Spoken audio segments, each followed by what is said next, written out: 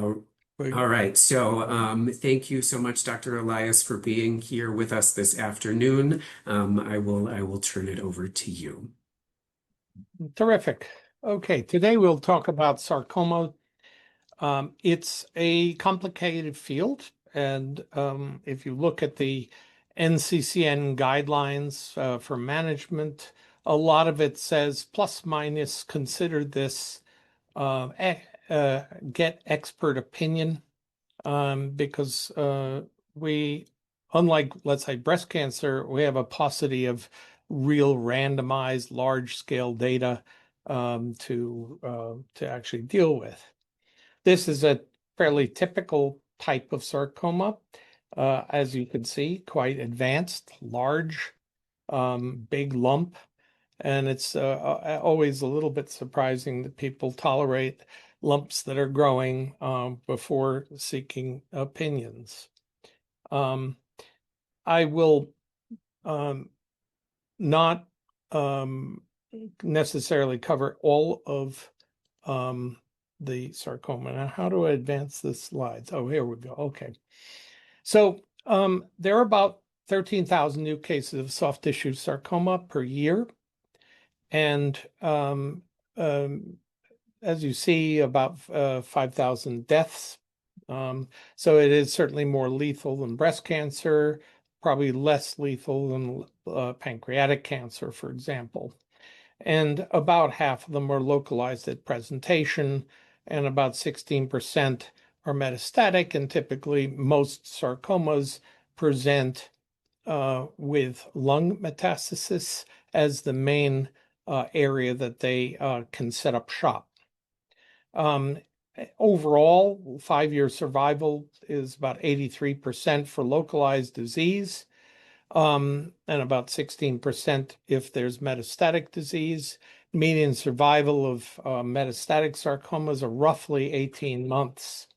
Now, there's a lot of heterogeneity, and I would say there's also bone sarcomas, and about 3,500 cases per year. The majority of these are in kids. Osteosarcoma, Ewing sarcoma are seen in adults, but the biggest group are in children. And then the third category is GIST tumors, and there are about 13 to 15,000 per year as well of malignant GI stromal tumors. Represents about 1% of malignancies, so rare. And in private practice, you might see 1 or 2 a year. Obviously, in a sarcoma center, you see a lot. And 80% of sarcomas are soft tissue.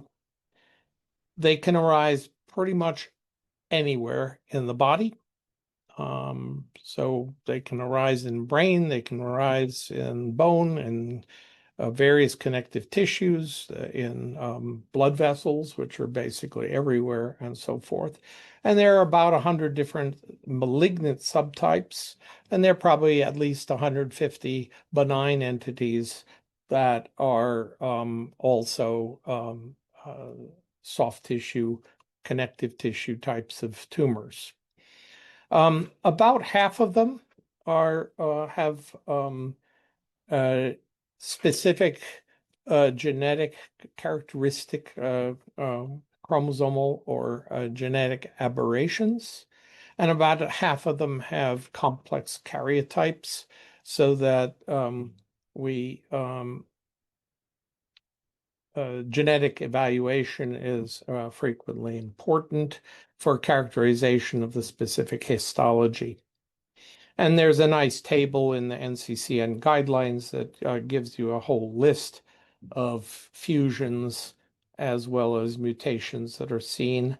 The predominant genetic change is fusions, unlike many other cancers. So they frequently do present as a painless mass, or sometimes bleeding.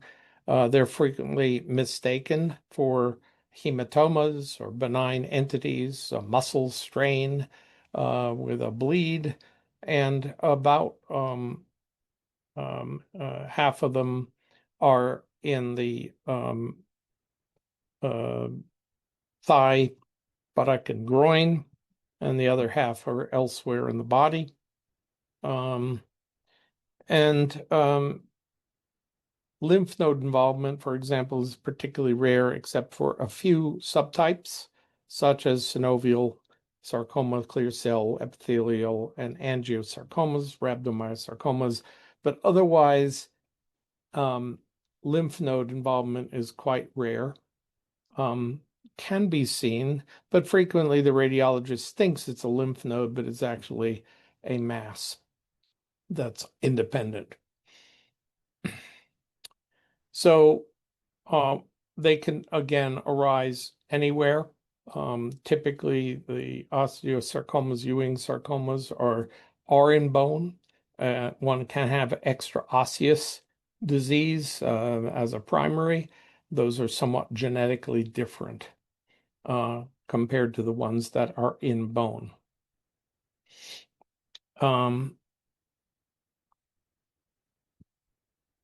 Just so I will proceed on. So these are mesenchymal tumors and arise from differentiation and dedifferentiation of various components of the mesenteric tree. And here are the some of the genetic transfusions that we see. They generally are sporadic, so they're mostly not inherited, and there are only a few risk factors. So the biggest one is prior radiation therapy. So typically arising on the edge of the radiation field. The ones that are most common in this is angiosarcoma, osteosarcoma, and then some miscellaneous types of sarcomas. I see a fair number that are secondary to prior breast cancer radiation therapy.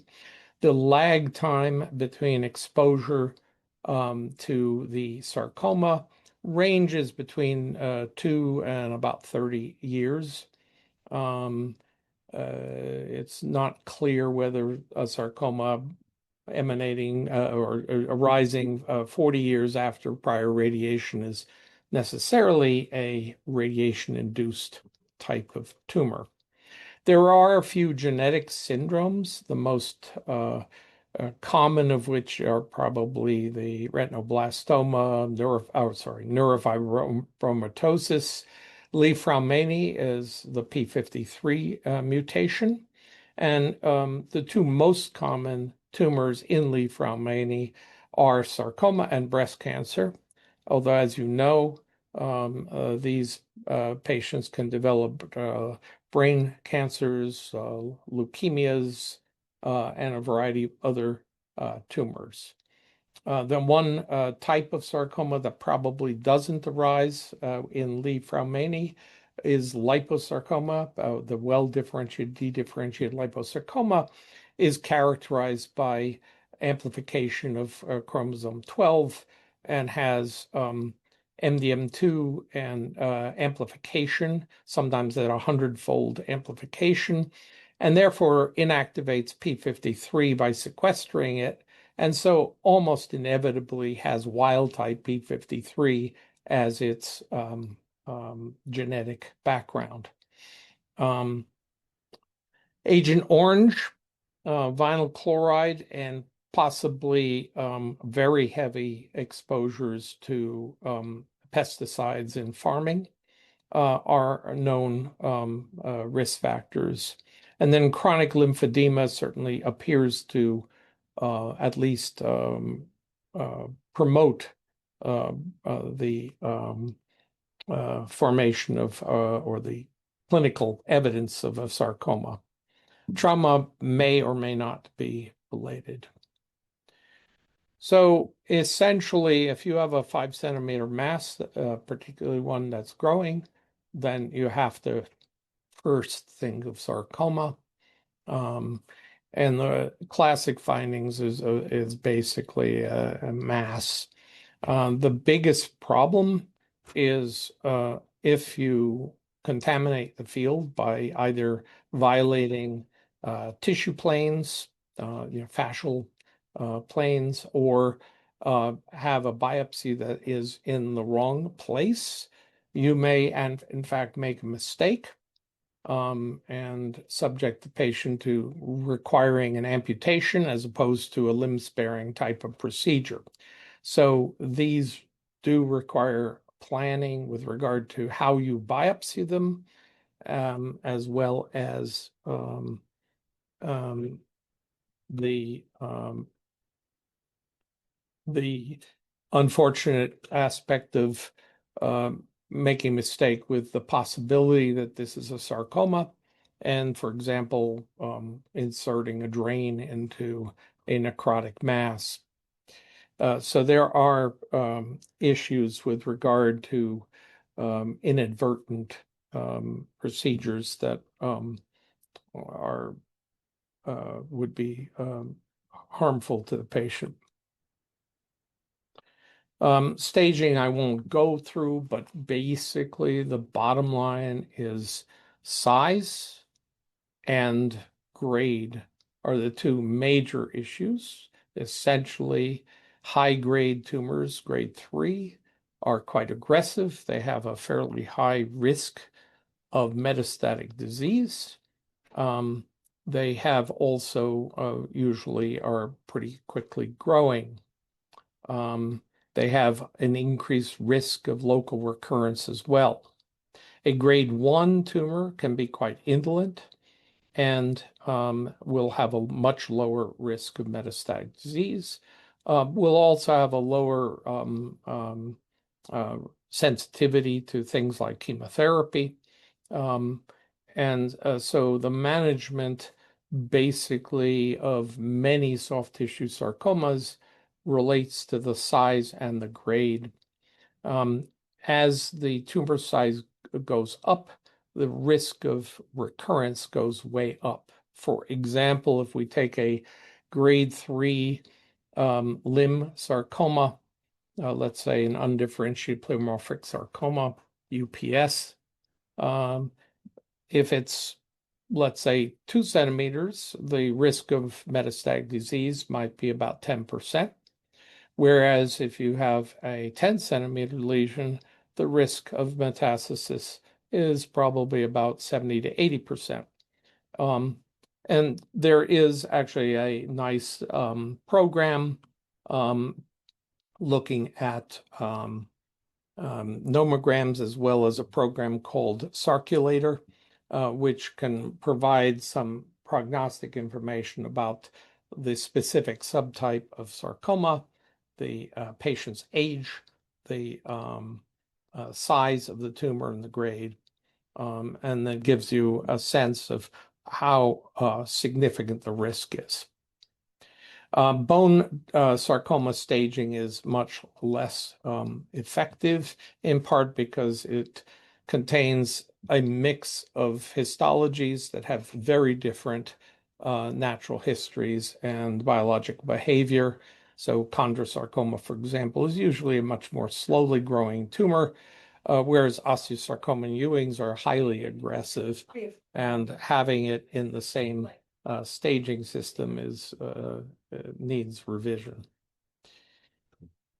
So a lot of our patients will present with a large mass in their, let's say, extremity. And then the issue is grade. So if the tumor is very superficial, surgery first would make a lot of sense. If the tumor is high grade and near vascular structures, and we're trying for a limb-sparing surgery, then preoperative therapy is frequently our approach. Radiation can improve resectability and decrease amputation risk, and it improves local control up to 90%. The main issue is we favor preoperative therapy versus postoperative radiation if radiation is likely to be needed. And the reason is that the efficacy in terms of local control is similar, but typically we need much lower volumes, namely, we can radiate just the tumor itself. And we can also go with a lower dose. So traditional radiation might be 5,000 centigrade delivered over 5 weeks. And then surgery is done. And assuming there's not a need for adjuvant or chemotherapy, then one's completed. But the lower dose and the lower volume leads to fewer complications long term, such as fibrosis and contracture and edema.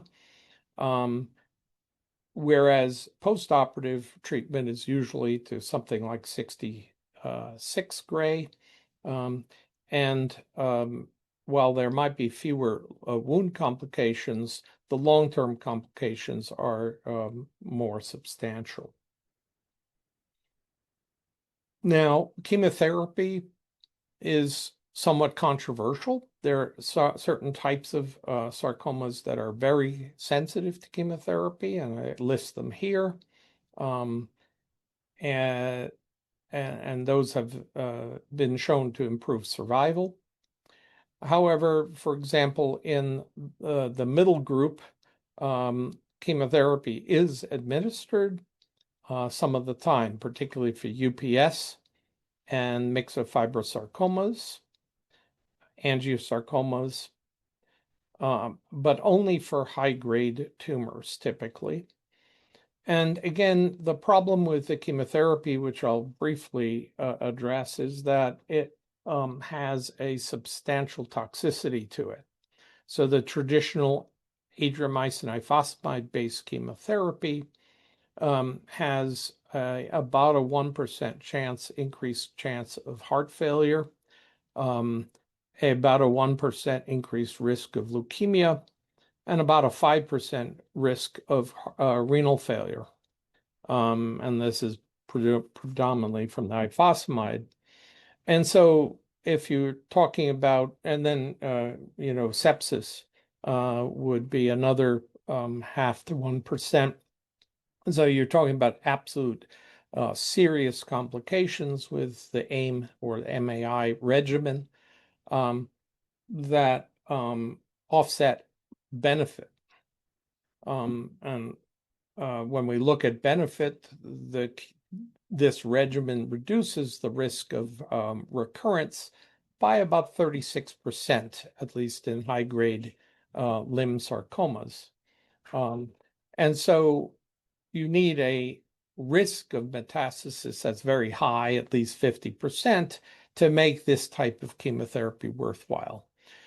Additionally, if we look at the administration of AIM or MAI, it's very difficult to give this regimen to folks over age 60 because the complications are substantially greater.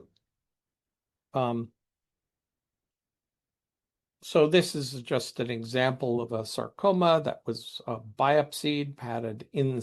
The community surgeon thought it was a hematoma from a biceps tear. Unfortunately, they found out that it was a solid mass.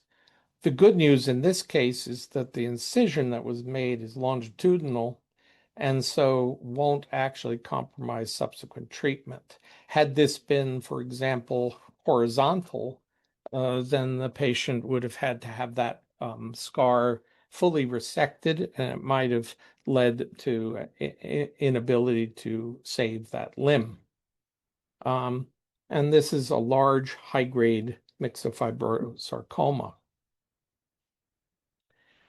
This is imaging. MRI typically is used for anything that is stationary, such as muscle and bone and connective tissue. CT is typically used for internal organs such as lung and belly. And this is the circulator nomogram. Basically, you plug in the age, tumor size, the grade, and the histology, and you get a readout that the 5-year overall survival is expected to be about 60%, and disease-free survival would be 33%. So this is somebody where they have a very high risk of recurrence. The patient is young, healthy, and we would certainly consider chemotherapy adjuvantly. So this is the sarcoma meta-analysis of 14 trials of patients receiving doxorubicin-based chemotherapy. I actually wrote lots of articles on this in the past. The bottom line is, as you can see, a fairly small benefit. Most of these trials were adriamycin only, and only about 5% got combination therapy, and those trials showed a more significant benefit. And there's updates of meta-analyses, but that's the bottom line. And I won't go through that. However, the more recent trials with combination epirubicin or doxorubicin plus ifosfamide suggest an overall survival benefit. As you see, it's relatively modest. And a trial did show no difference between 3 cycles given preoperatively versus 3 cycles preoperative plus 2 cycles postoperative. And so my personal favored choice is giving 3 cycles. The other trial that's, I think, important was that this type of adriamycin or anthracycline ifosfamide-based chemotherapy was superior in overall survival to compared to what was called histology-tailored regimens. And the one exception was myxoid liposarcoma, in which the trabectedin was similar in benefit to a much more toxic regimen. So this is the adriamycin ifosfamide MAI or AIM. I typically give a lower dose of ifosfamide for non-synovial sarcoma patients. The ifosfamide seems to be particularly effective in synovial sarcoma. And it's a tough regimen. We usually admit them to the hospital once every 3 weeks, and basically it's tough. And I won't go through this in the interest of time. So bottom line is high-grade large sarcomas have a high enough risk of metastatic disease that adjuvant or neoadjuvant chemotherapy would make sense.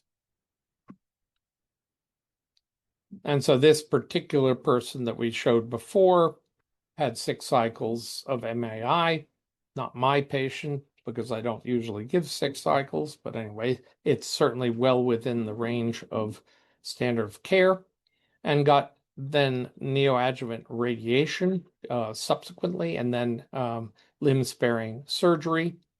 Had 80% necrosis at the time of surgery, and is 5 years out and probably cured. So I will. This one, it has a metastatic spindle cell neoplasm, and high grade as well.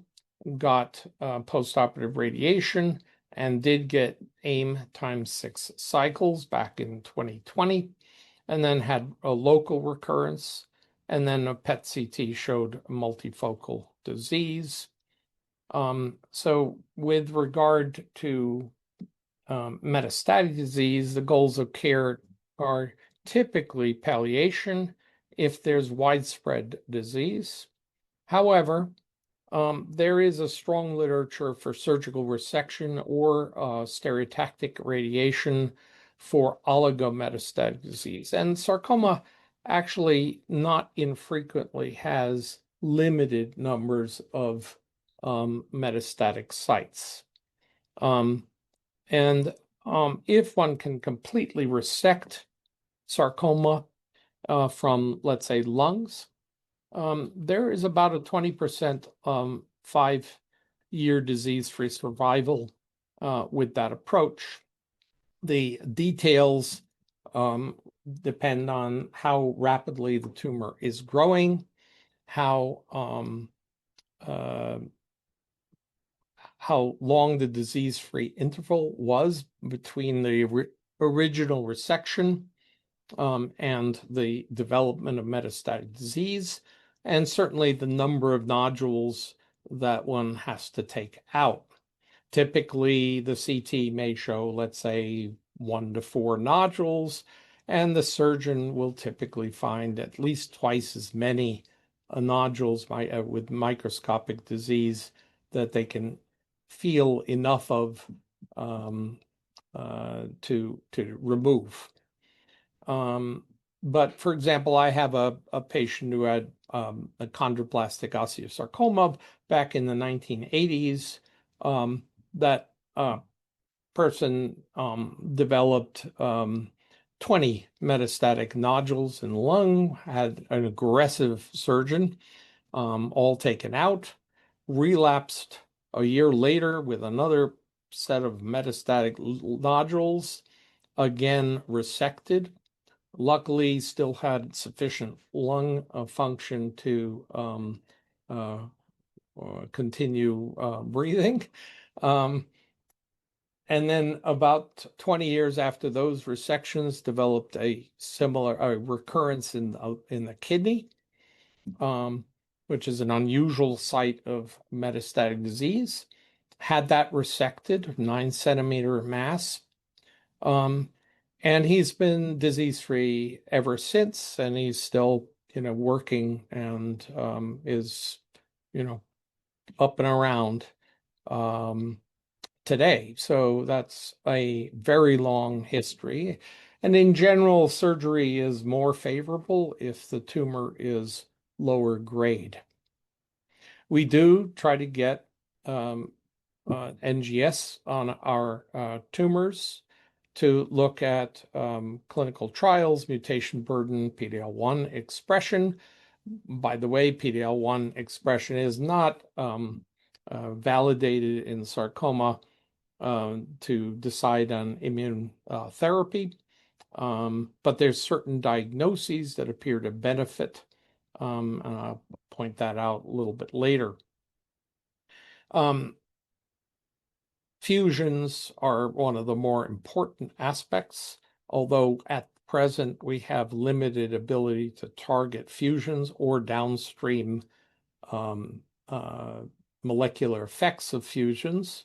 A lot of grants that are focused on trying to develop therapies for these types of tumors. So this is just an overview of traditional chemotherapy. As I mentioned, overall survival is optimistically 18 months for metastatic disease. The older studies generally contained a mix of sarcomas. The more modern studies are more focused on specific subtypes of sarcoma. So for example, the trabectedin was approved for liposarcoma and leiomyosarcoma based on randomized studies comparing to DTIC. Eribulin was approved in Europe for both liposarcoma and leiomyosarcoma, but in the US was approved specifically for liposarcoma because it was superior to DTIC in that histology. Pazopanib was approved based on a improvement in progression-free survival compared to control with all subtypes except for liposarcoma. So but there's subsequent phase 2 data to suggest that it does have some activity in that disease. So not particularly great stuff. So doxorubicin versus doxorubicin ifosfamide did show an improvement with median progression-free survival and response. However, no improvement in overall survival. So this is another issue with metastatic disease, that sequential single agents may be less toxic and equally effective with regard to overall survival.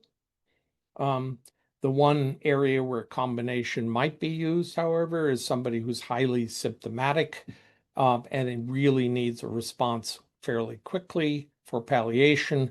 One might start out with the more toxic combination regimen and then consider a maintenance strategy with something much less toxic. So this is histology driven. So leiomyosarcoma, one can either treat with doxorubicin or doxorubicin plus dacarbazine. Frankly, gemcitabine is a lot less toxic, and so that actually is frequently used as first line, with or without docetaxel. So there are various things that we consider, at least along the way, although again, the combinations are generally less used for metastatic disease. Now, gemcitabine taxotere is certainly used fairly frequently, and this is a randomized study run by Bob Mackey, showing a benefit for the combination, so that's what's used. However, there is a European study of very similar design that did not show any benefit for the addition. When you look at the combination, the single agent activity of gemcitabine, it has about a 20% overall response rate, whereas when you look at docetaxel, it has a 0% response rate. With the exception of angiosarcoma, which is highly sensitive to taxanes. So I typically do not emphasize the dosing of docetaxel in this trial. So 100 milligrams per meter squared is enormously toxic. I actually use 60. So I will go on to look at targeted therapies. So here we have a listing of tumors with demonstrated molecular targets that are useful. So DFSP, or dermatofibrosarcoma protuberans, is fairly rare, usually presents as a mass sticking out in the dermis. And it has characteristically a PDGF beta activation due to a fusion. And imatinib is highly effective. So it will reduce the size of the tumor in about 70 to 80% of patients. However, most of the time we can do surgery for this with no relapse. So that's usually the first order of business. But in something that's surgically difficult to approach, imatinib preoperatively would make a lot of sense. So with each of these types of tumor, there are now approved targeted treatments that are specific. For example, about 50% of chondrosarcomas will have IDH1 or 2 mutations. And the ivosidenib, which is approved for leukemia, is highly active in that group. With epithelioid sarcoma, they have characteristically INI1 loss, and tazemetostat, which is very non-toxic, has quite a bit of activity. So again, these are interesting, all rare tumors that have specific treatment. Okay, so here's pazopanib in terms of its activity in phase 3, different cohorts, and this is why it got approved with an improvement in progression-free survival. But as you see, the overall results are not all that great. Placebo was terrible. I will move on to GIST tumors. These are relatively common.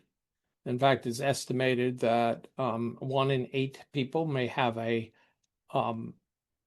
incidental GI stromal tumor in their body, usually in the belly, that was not suspected, and most of these will never come to light, except unless you do a scan and find a little nodule sitting someplace. So most of these are benign, of that 1 in 8. However, there are malignant GISTs, and they're typically characterized by c-KIT mutations and or PDGF receptor mutations. And then about 10% are other, with a variety of different types of gene defects. The one that's hereditary is an SDH deficient system. And so if, for example, one does molecular analysis on the GIST and you find an SDH A, B, D, C, D type of deficiency, a mutation, that that should prompt a genetic evaluation for germline. I have an interesting patient recently where the KIT mutation is seen, but an SDHA mutation is also seen, and it turns out that the SDHA is in fact genetic. It's rare for a GIST to have 2 activating genes, however, that's quite rare. So most of these mutations in c-KIT are in exon 11 and 9. The resistance mutations to drugs like imatinib typically are in exons 13, 14, or in exon 17, 18. And we have new drugs that can target those resistance mechanisms. So GIST can be low to high risk categories. So we don't typically call them benign or malignant, but basically size, anatomic location, and mitoses are the major issue. So for example, gastric GISTs are the most common. And if you have a high risk lesion, you may have a 50% risk of recurrence after surgery alone. Adjuvant or neoadjuvant imatinib markedly improves that. So this is a table in the NCCN guidelines that shows the risk of recurrence of gastric versus other places in the GI tract with regard to that. As you can see, small bowel GISTs are much more aggressive and have much higher risk. And the standard at this point is 3 years of adjuvant imatinib for intermediate or high-risk patients. These are the survival curves. And there's one study that's phase 2 that suggested that 5 years might be superior to 3 years, but it was a phase 2 and not comparative. And so these are the sort of general recommendations, but there are new drugs coming along. This is a very active area of development. One exciting aspect in terms of desmoids is that this institution actually played a major role and did a phase 1 study and happened to have 7 desmoids on their in the enrollment, and Victor Villalobos actually found that there was a remarkable cessation of growth and shrinkage using a nirogacestat, which is a glutathione synthase inhibitor in the Notch pathway. And this has actually led to further studies and FDA approval of this, I think, last year or 2 years ago. So desmoids, we in general try to avoid surgery unless we have to. They are generally locally aggressive and they have a high rate of recurrence after surgery, and the surgery can be quite morbid. Sporadic forms generally have beta-catenin mutations. The familial form is generally associated with Gardner's syndrome.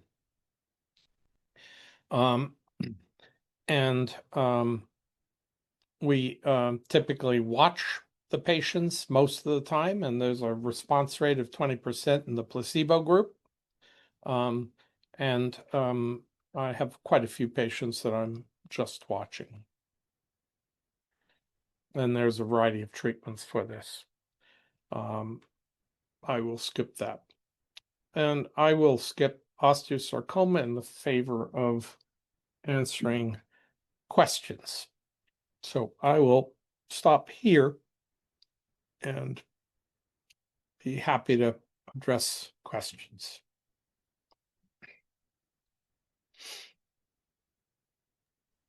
All right. Thank you very much, Dr. Elias. So I have a couple of questions that have come through. So the first one, what percentage of sarcomas are Ewing's sarcoma? And are the treatments and outcomes, OS and PFS for Ewing's, the same if the patient is younger and healthier or able to tolerate more difficult regimens?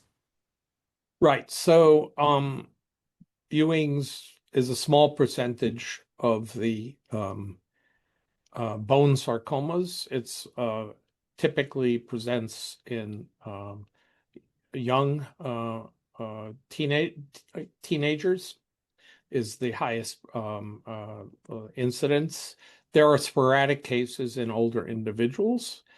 Interestingly, these have fusion, various fusion partners between the Ewing's gene, the EWS gene, and usually FLY1, but there are other variations. They all are responsive to chemotherapy, but adults, and the older you go, the worse off you do. So in children, I believe the cure rate for localized disease is something like 70%. And even for metastatic disease, about 20% can be cured. In adults, the cure rate for localized disease is probably 20%. And the likelihood of cure in metastatic disease is less than 5%. In other words, it happens, but rare. And that's not just because adults don't tolerate chemotherapy. So we actually treat these according to pediatric regimens as best as we can. So we typically give dose dense VAC alternating with ifosfamide etoposide. And we try to give, 14 cycles and so forth. Admittedly, it's hard to give adults every 2 weeks, but I do it as much as possible. But still, across the board, the adults do worse. Same thing is seen with osteosarcoma, different chemo regimen, but the cure rate is much lower for adults. And of course, adults really don't tolerate high-dose methotrexate. They don't clear the methotrexate well enough because of a less good kidney function. And so most of the time we give adriamycin cisplatin alone as opposed to the MAP regimen. But again, size for size, grade for grade, presentation similar. The adults do worse, and it's not completely clear why. Okay. All right. So another a comment and a question from Natalie in the chat. One, just this was a really great talk. And the question is, how useful is FDG PET/CT or FDG PET/MRI for staging of soft tissue sarcomas? But we don't actually have a FGG MRI that I'm aware of. So Do. well, clinically, we have it. Anyway, I've never used the MRI The FTG. PET MRI. Anthony, PET Oh, MRI. okay. So MRIs are great for anatomic staging and specifically for surgical planning in areas of the body that don't move. So it's terrible for lung assessment. So we typically give non-contrast chest CTs for evaluation of lung nodules. It's also not terribly good in the abdomen and the peritoneum. It gives very fuzzy pictures because the guts move. And so, if you're looking at GIST patients who have, a belly tumor, we don't, the MRI is really bad. MRI of limbs, of pelvis, of liver is, of course, very good. Chest wall, anything that requires that doesn't move is anatomically. So for surgical planning, radiation planning, we frequently use MRI. PET is useful for high-grade sarcomas, but not very good for low-grade. So angiosarcomas are usually really hot. However, for example, I have a patient who I just diagnosed with metastatic angiosarcoma where the lesions that I just biopsied were PET cold. And, that's rare, but for low-grade sarcomas, PET is useless.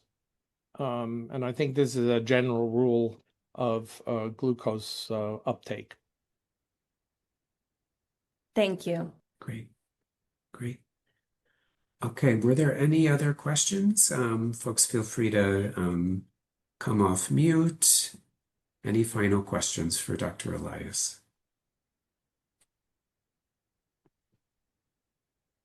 No? Okay. All Well, right. thank you. Thank you again for a really fantastic presentation. Did you have any final thoughts or final comments, Dr. Elias? Well, I think the major issue with sarcomas is expert opinion is really important because these are, I tried to convey the complexity of these. And there are a lot of considerations in terms of how to manage them. So they're far more difficult than my breast cancer patients. With breast cancer, I have data that gets down to the 2% range in terms of benefit risk. And I have randomized trials of 5,000 patients and so forth to base my decisions on. With sarcomas, we really don't have much of that. I basically showed you almost all the randomized trials that exist. And it's getting better because the community is worldwide and is organized such that we can now run randomized trials in specific histologies. And that makes it far more effective in terms of propelling the field. Great. Well, thank you again for your time today, and thank you for sharing your expertise with all of us. Just a reminder, everybody, we would really appreciate if you would fill out the survey as you are exiting the webinar. And we look forward to seeing all of you again in November for our next Lunch and Learn with Dr. Jan Lowry. So thank you, everyone. Thank you.